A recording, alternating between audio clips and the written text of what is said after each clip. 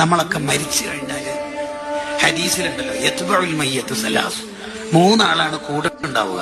ഒന്ന് നമ്മളെ സമ്പത്ത്, രണ്ടാമത്തെ നമ്മുടെ കുടുംബം, മൂന്നാമത്തെ അമല്. സമ്പത്തും കുടുംബവും, സമ്പത്ത് വീട്ടിൽ നിന്ന് തന്നെ തിരിച്ചു പോകും. കുടുംബം കബർ വരെ കുറച്ച് ആൾക്കാരെങ്കിലും ആണുങ്ങന്മാരിൽ നിന്ന് കുറച്ചാൾ വരും, അതും തിരിച്ചു പോകും. പിന്നെ നമ്മുടെ അമല് മാത്രമേ ബാക്കിയുണ്ടാവും.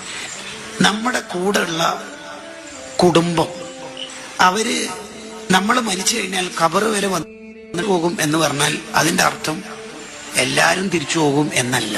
മറിച്ച് നമ്മൾ സ്വാലിഹീങ്ങളായി വളർത്തിയ മക്കളും ഭാര്യയും കുടുംബമൊക്കെ ഉണ്ടെങ്കിൽ അവര് നമുക്ക് ഖബറിൽ ഉപകാരപ്പെടും.